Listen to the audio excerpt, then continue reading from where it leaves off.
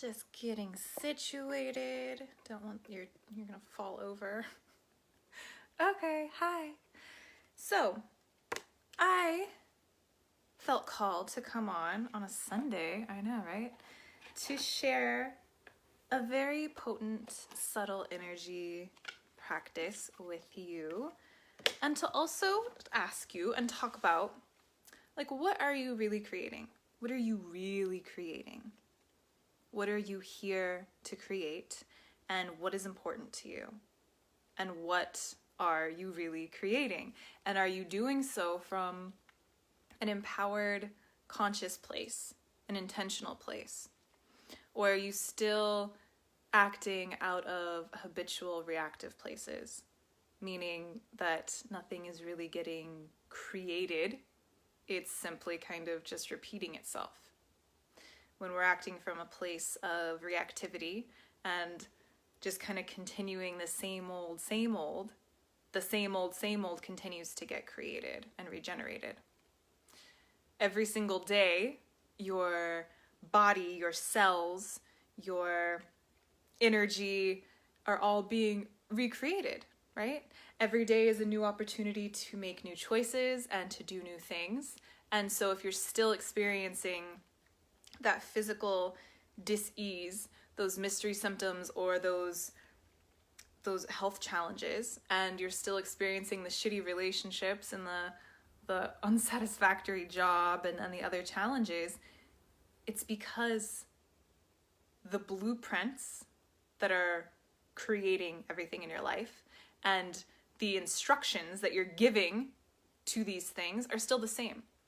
So your subtle is always creating your gross experience. Your subtle, unseen, invisible realms are always creating your physical body, your physical lives, and are the energetic blueprint, the instructions, the building blocks, the codes, the frequencies, whatever you want to call them, that are influencing how you experience life, what you receive, what you create, and also how your body responds and how your body recreates itself, and whether or not any of that is in a state of health and ease, or it's in a state of dis-ease and struggle, and all of these things that like you don't actually have to have.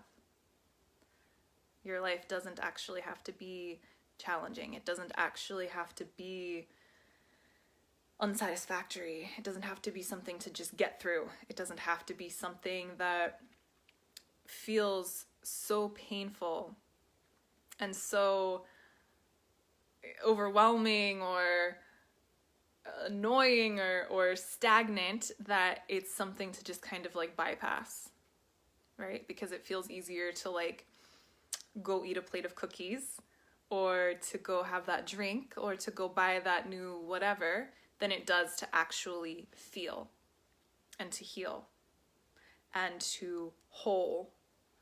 You already know I have kind of a hang up with the word heal. Like we are not broken, we don't need fixed. We need to come to a place of stability and solidity. Solidity? It's a word. Within ourselves, within our own systems, to create that safe space for the subtle to be like, hey, yo, actually, I've been using a tremendous amount of energy holding on to this old resentment or this old wound. And that energy could actually be used to like heal your body and to not have that thing that you're dealing with, and to finally like address the elephants in the room and speak up for yourself and go get a new job or start that business or leave that relationship or put yourself out there and get into the one you want. And instead, it's all being used to like, there's a coiled up stagnancy that results when there's these old unprocessed emotions and these beliefs and these mindsets and all of these things that we have developed and taken on as coping mechanisms, as defense mechanisms to protect ourselves from like everything and everyone else. Because we're operating from this view of our core wound, which I've been speaking about at great lengths recently. We're operating out of this lens of shame, which the core wound creates, which I've also talked about at great lengths lately.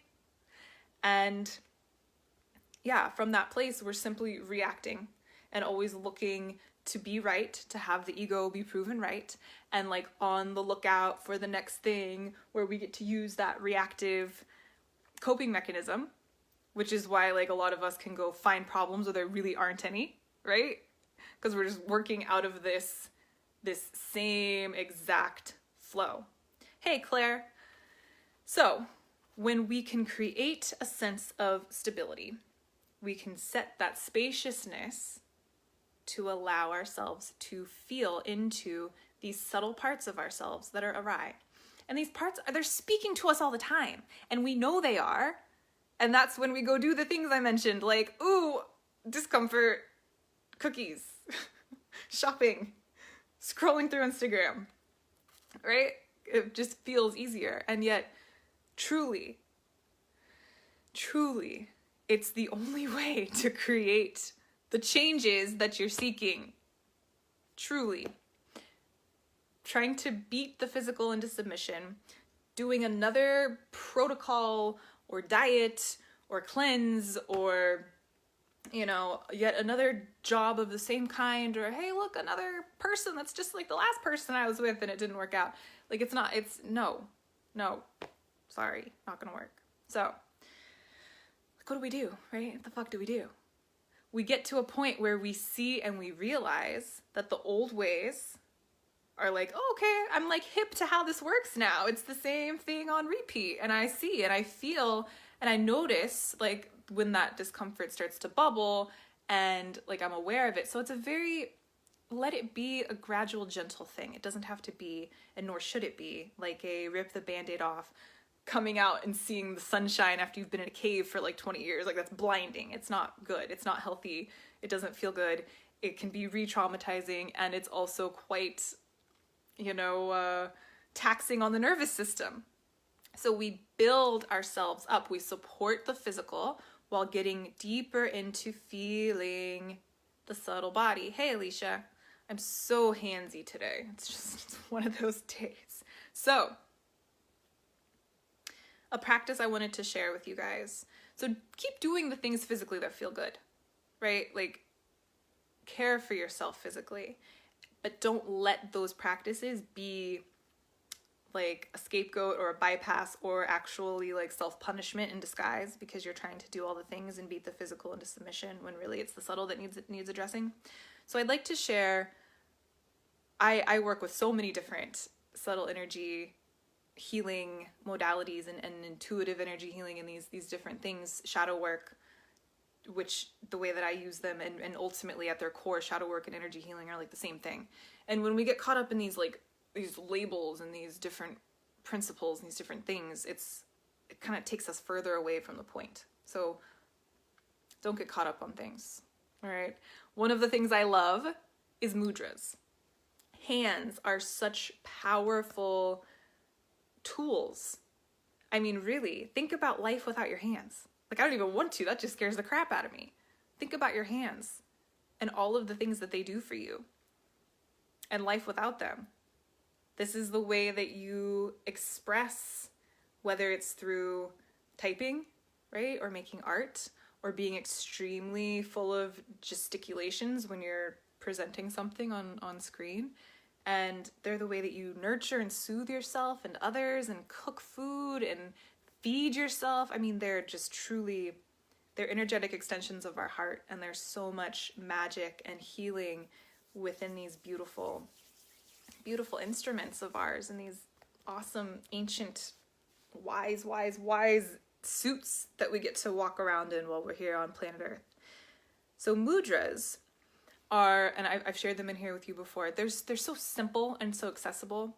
And I really love them because they kind of direct your awareness and your attention. And they're a way of also getting the physical body like on board and involved in the more intuitive energetic part of your exploration while you're sitting there doing it. It can also be helpful for a lot of people if they don't like just sitting in meditation, like if that just feels hard. It, again, gives you a place for your energy to flow and your focus to go. And each one's, and again, and I've talked about this, and this could be a whole other topic, our hands, because of all these nerve endings and these meridian lines that run through the body, and this just really complex, intricate circuitry that is our whole system, from the physical to the more subtle, like energetic, outstretched part beyond the physical.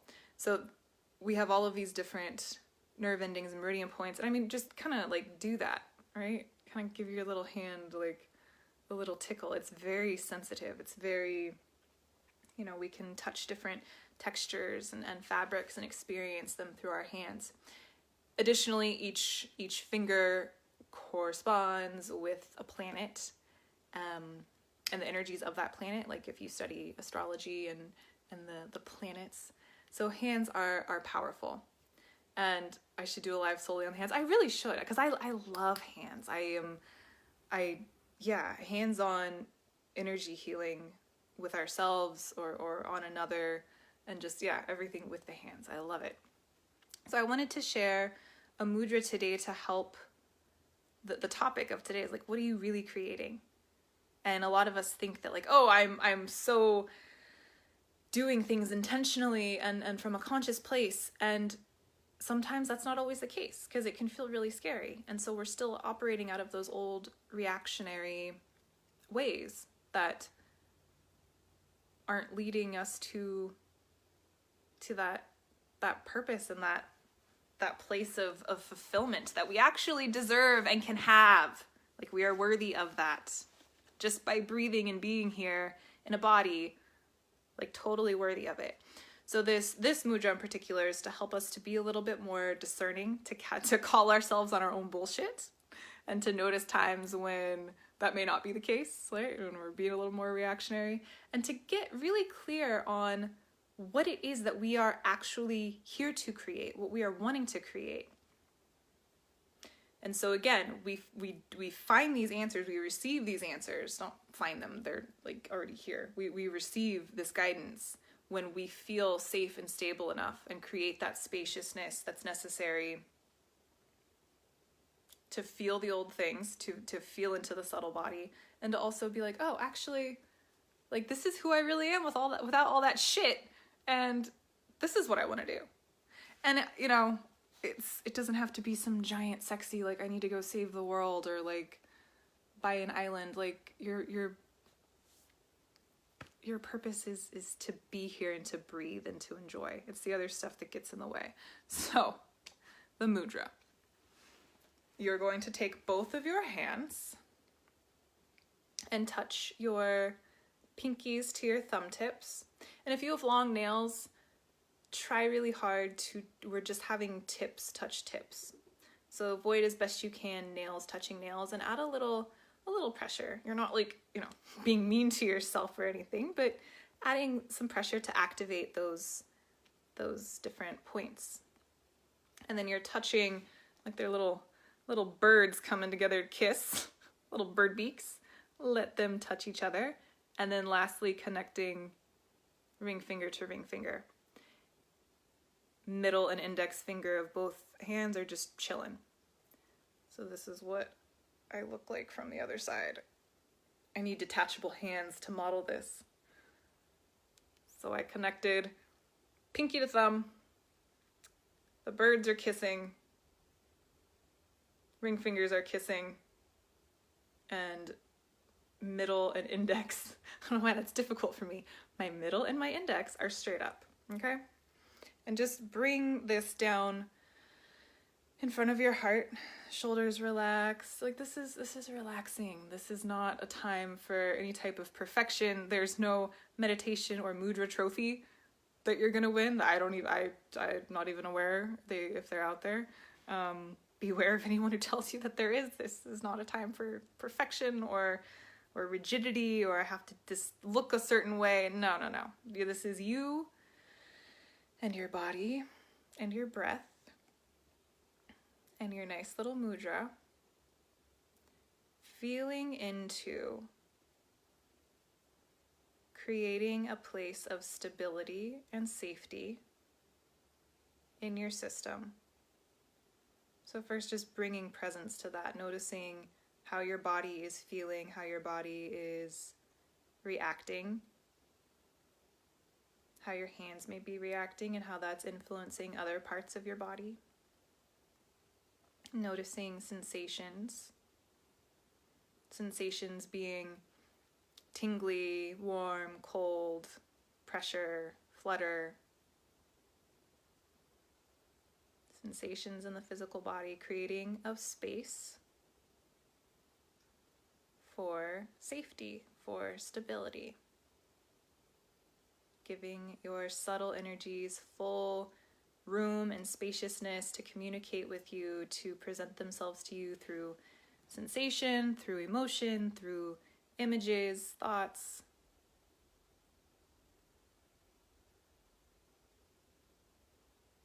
And again, I invite you to play with this throughout the week. So maybe for the first couple of days, and maybe beyond, there's no timeline. It is just presencing safety and physical awareness and physical sensation. And then from there, using this mudra to feel into, like, what am I creating? Where am I getting in the way of creating that? Where am I blocking myself? What's that about?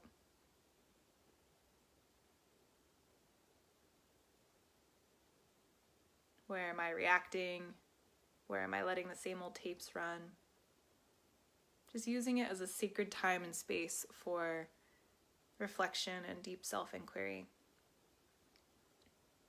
And noticing the effect that this particular mudra has, and noticing what arises. And yeah, I would love if we could all play with this one throughout the week and maybe share experiences, share what comes up, and really like hold each other in whatever those visions and intentions are, because they're ours and they're special and they're meant to be actualized and birthed into existence.